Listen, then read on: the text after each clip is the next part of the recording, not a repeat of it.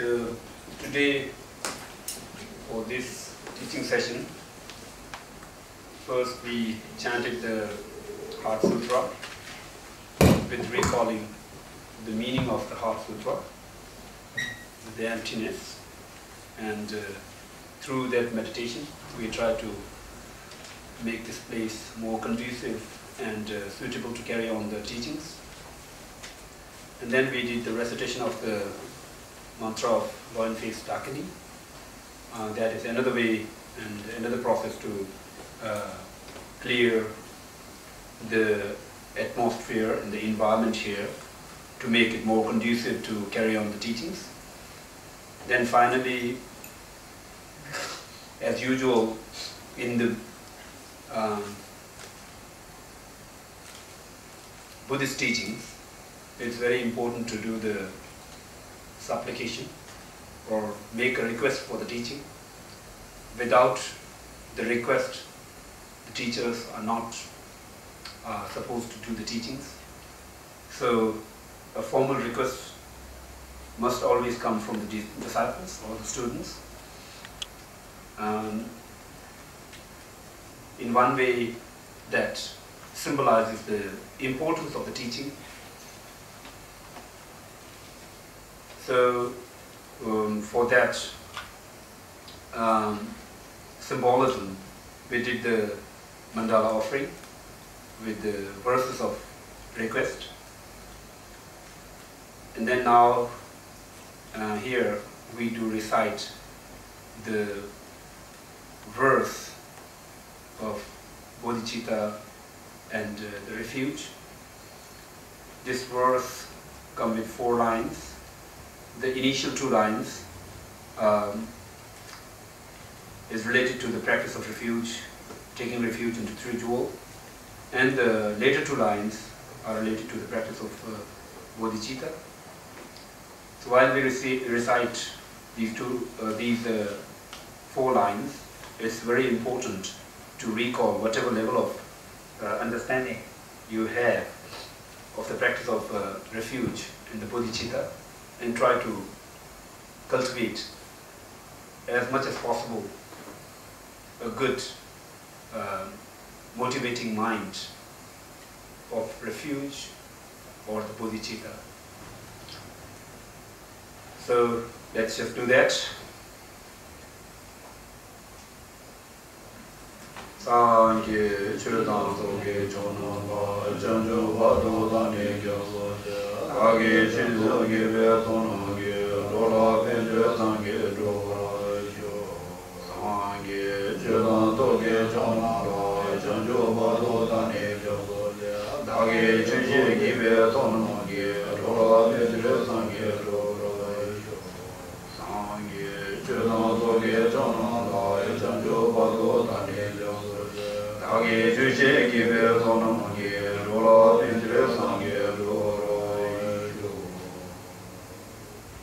in the Bodhicharya Avtara, the great master Shantidev says that the human birth,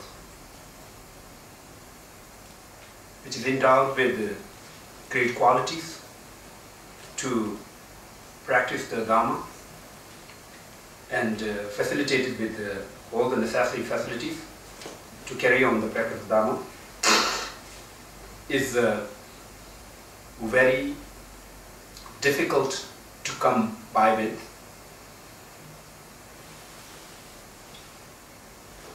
And once we have this human birth achieved, if we don't put effort in doing the practice of Dharma, doing the virtuous practices, then there won't be anything more foolish than myself. So Bodhicharya Avtara says like that. And the great master Shantideva have given a message to us in this paragraph. Of course, for the Shantideva himself, he worked very hard throughout his life and achieved great achievement. So his human birth was very, very meaningful. And in this text, he tried to inspire the future disciples of the Buddha to not to waste the golden opportunity that is achieved in the form of the human birth, and try to use the human birth in a right direction to make it more meaningful and fruitful for oneself. In the Buddhist literature, there are hundreds of thousands of such paragraphs related to the importance of the human birth and not to waste it.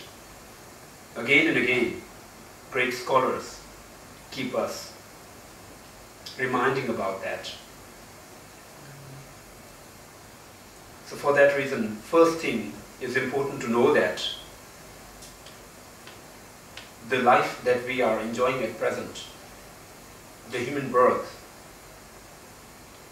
the human life, is rare and meaningful and very useful.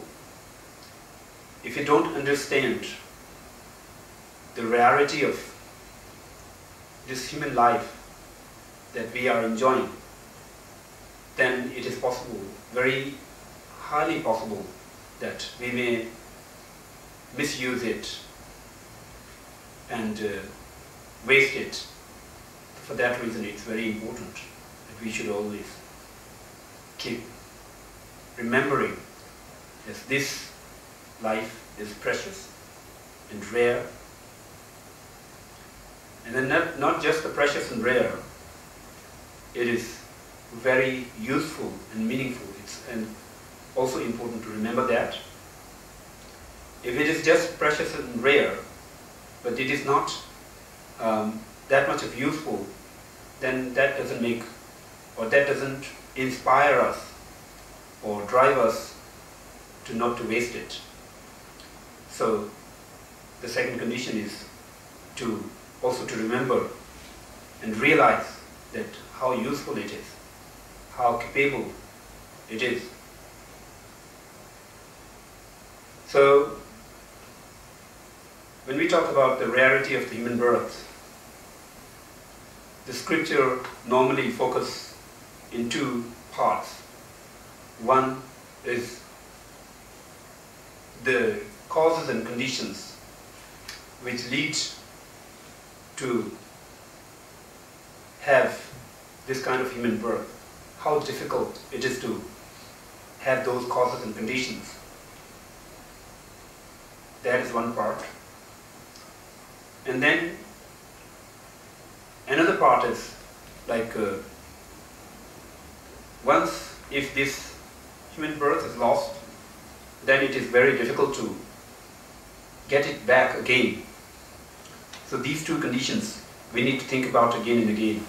It may be possible that we may take it as granted, which is very common in our life.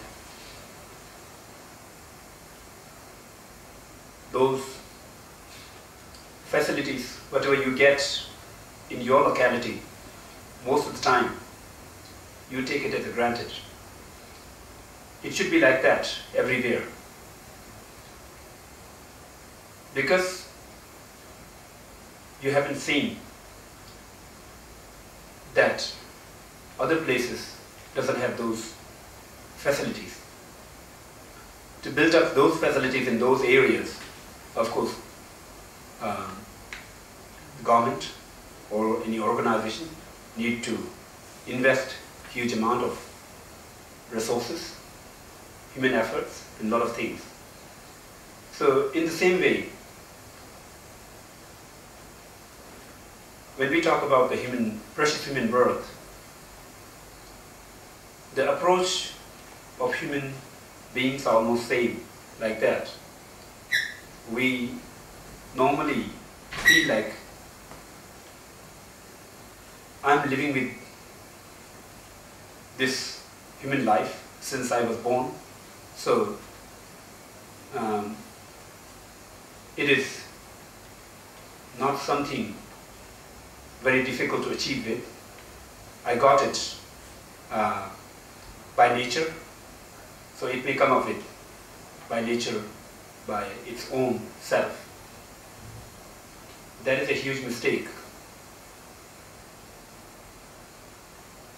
that the majority of the people do in their life.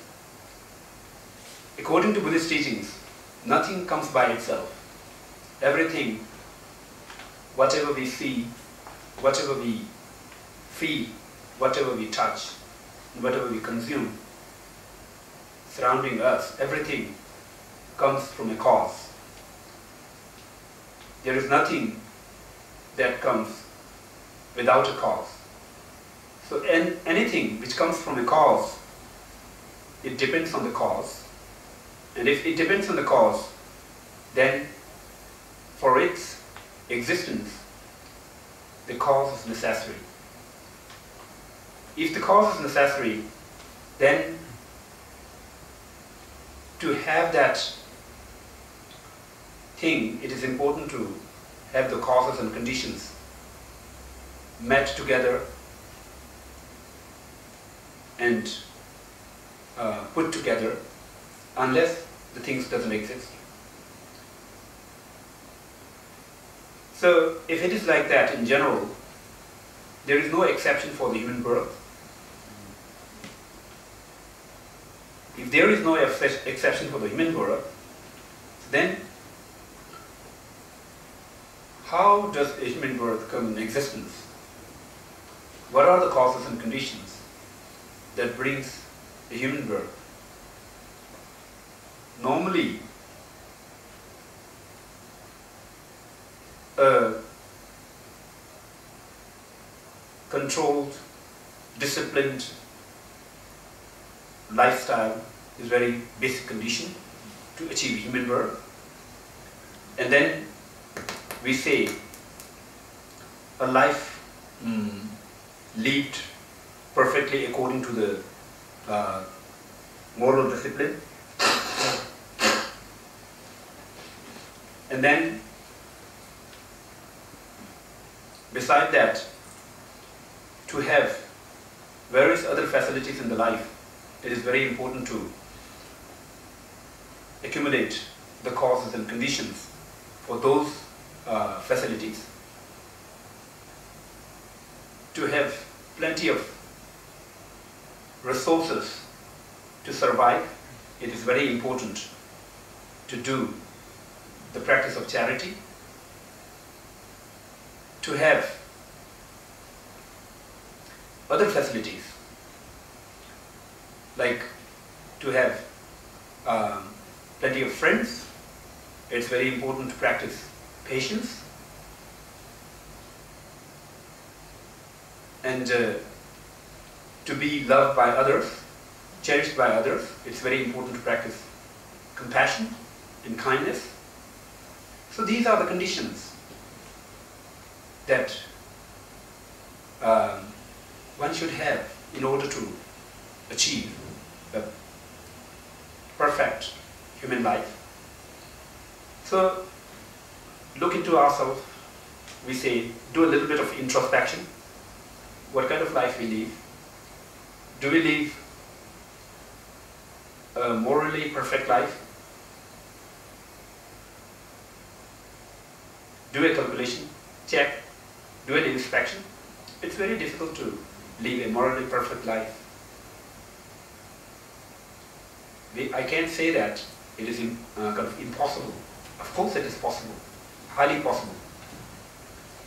It is in nature of human being that normally people like to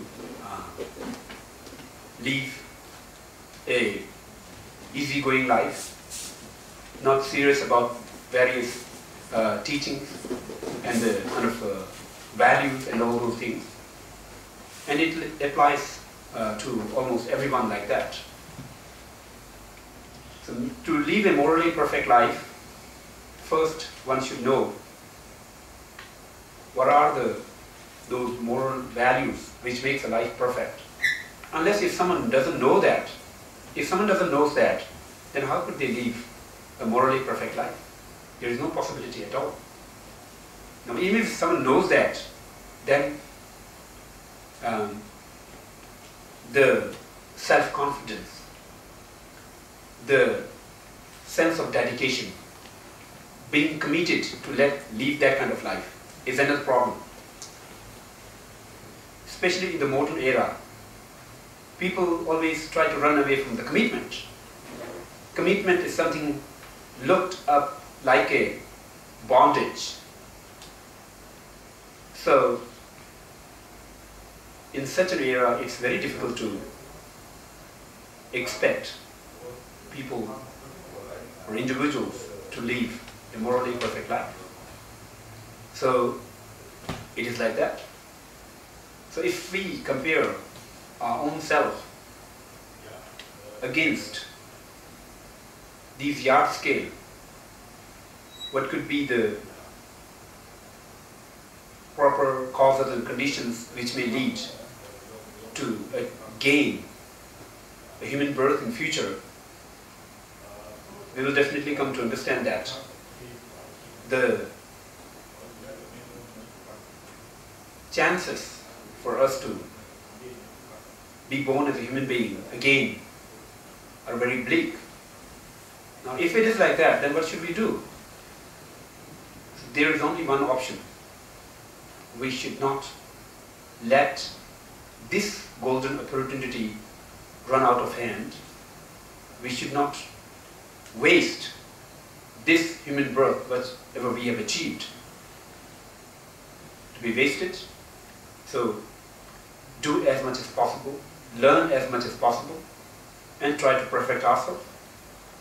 So for that reason, the importance of human birth is very important.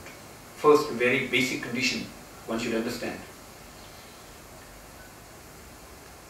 Then, the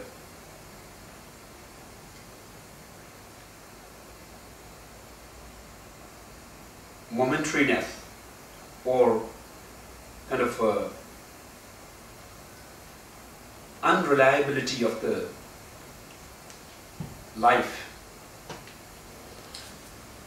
To some, it may appear like, oh, I do have a perfect human birth achieved, and it is very precious, and it's very useful. Of course, that is right. But I can do the good things later on. Let me just deal with the emergency issues. Let me be rich first. Let me have all the facilities and acquire all those things that I need first. Then after that, I will deal with the spiritual issue later on. But if we sit down properly and ponder on that kind of approach, then we will definitely come to understand that that is not a right approach. That is just solely based on kind of fantasy ideas. Because we don't have a guarantee that we are going to live that much of years. From now and then, again and again, we read in the news and we listen to the reportings that comes. Such and such kid has been died. Such and such young person has died. And all those things. What does it show? The impermanence, nature of impermanence of the life. There is no guarantee for anyone else that that person will live that much years or that kind of thing. So, life in terms of its length is unpredictable. For that reason, it's very important that we must start doing the Dharma practices as soon as possible, unless it could be possible that before we start doing the Dharma practices, we may be gone out of this world and we will be stuck in some kind of a very pitiful state. So this is the second condition that we need to think about again and again, not just one time, two times, if possible every day. Every day one should think about the preciousness of the life. When we think about the preciousness of the life, then definitely it helps a lot to get rid of the stress. Get rid of feeling kind of, how to say, meaningless. We are living in a modern era where from time to time we are attacked by that kind of mentality that I have no value. Because we are constantly comparing, we are not constantly competing with the rest of the world. So occasionally when people feel they are not compatible to the peers, they feel they are not valuable enough. So that kind of mentality can be encountered very well or antidoted very well through this contemplation and recalling of the precious human birth, the preciousness of human birth.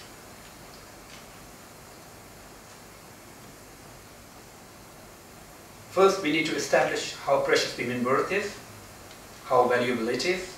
Then we can know that it is very easy to apply that. I have achieved this human birth, so I don't need to worry that I'm not kind of a person with no value. I'm precious. I do have that kind of great human birth achieved. So this is one thing. This will also help a lot to get rid of the depression. Nowadays, some universities in the West are collaborating or combining the Buddhist teachings in their psychological studies and in kind of therapeutical counseling.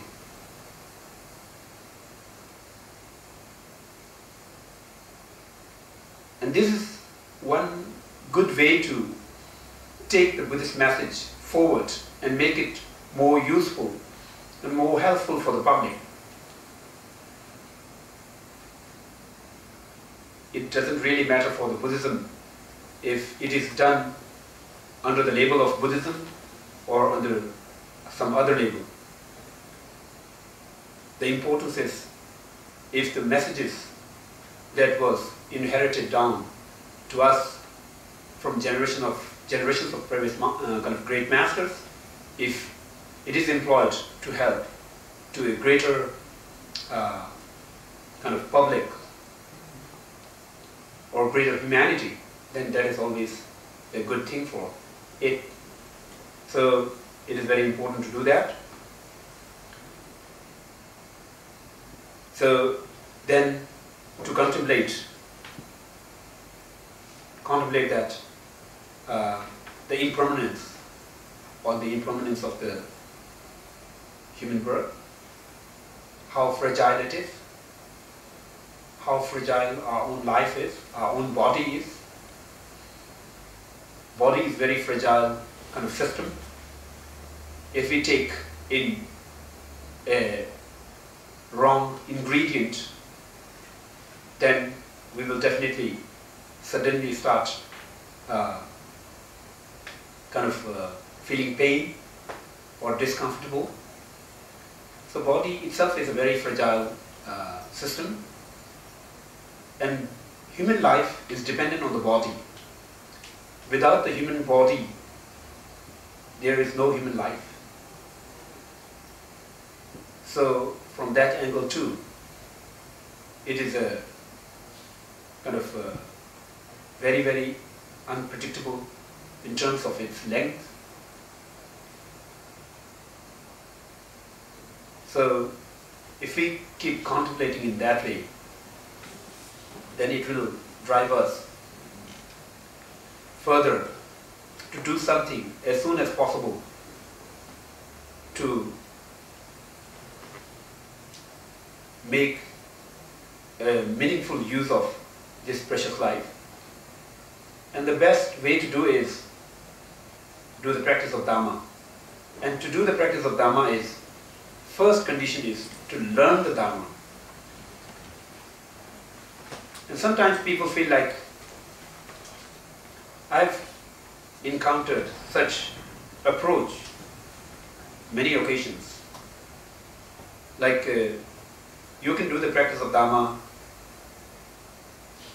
by kind of intuitively.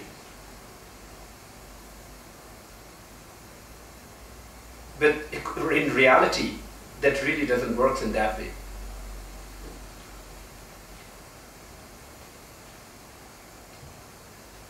The Dharma itself is a huge field, and to engage yourself in such a huge field, you definitely need to learn it.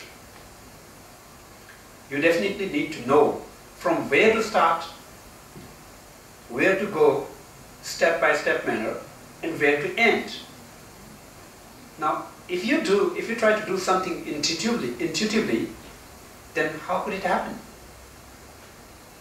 There is no order, nothing. So it's very important to know that. If you are willing to do the practice of Dharma, you need to learn it. Unless there is no way out. Just compare ourselves to the common education.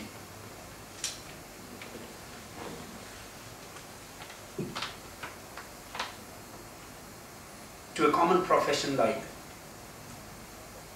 lawyer, doctor, engineer, teacher, or nurses, whatever it is. You cannot say that. I'm doing it intuitively. Nothing can be done intuitively. You need to learn it. You need to learn the order. Where to begin, how to proceed, where to end. And Dharma is same. There is no exception for the Dharma. It is a complete order in itself. So for that reason, it's very important to learn Dharma. On this topic, the learning Dharma, the importance of the topic of learning Dharma, the text says that by learning, you will know the things that you learn.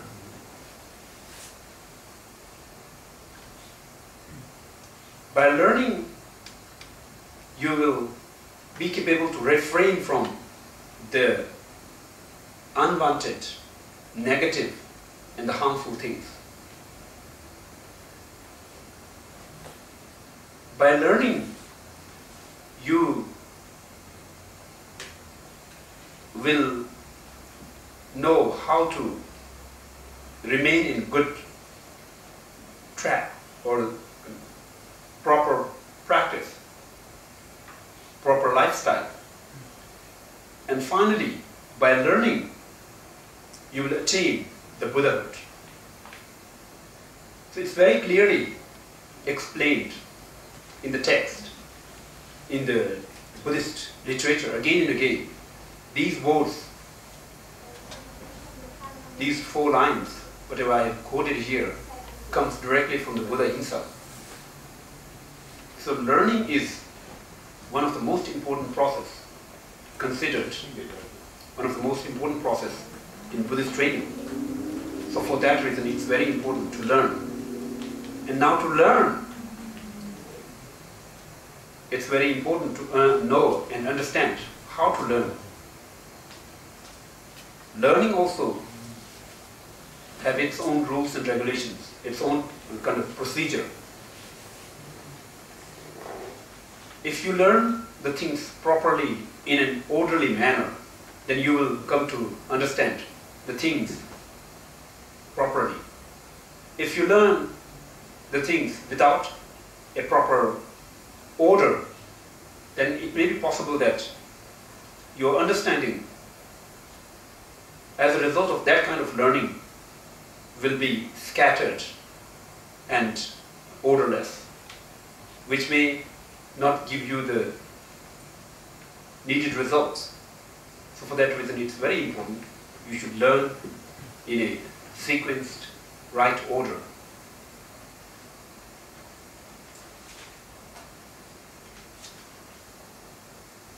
So, first condition to learn is to find a qualified, good teacher.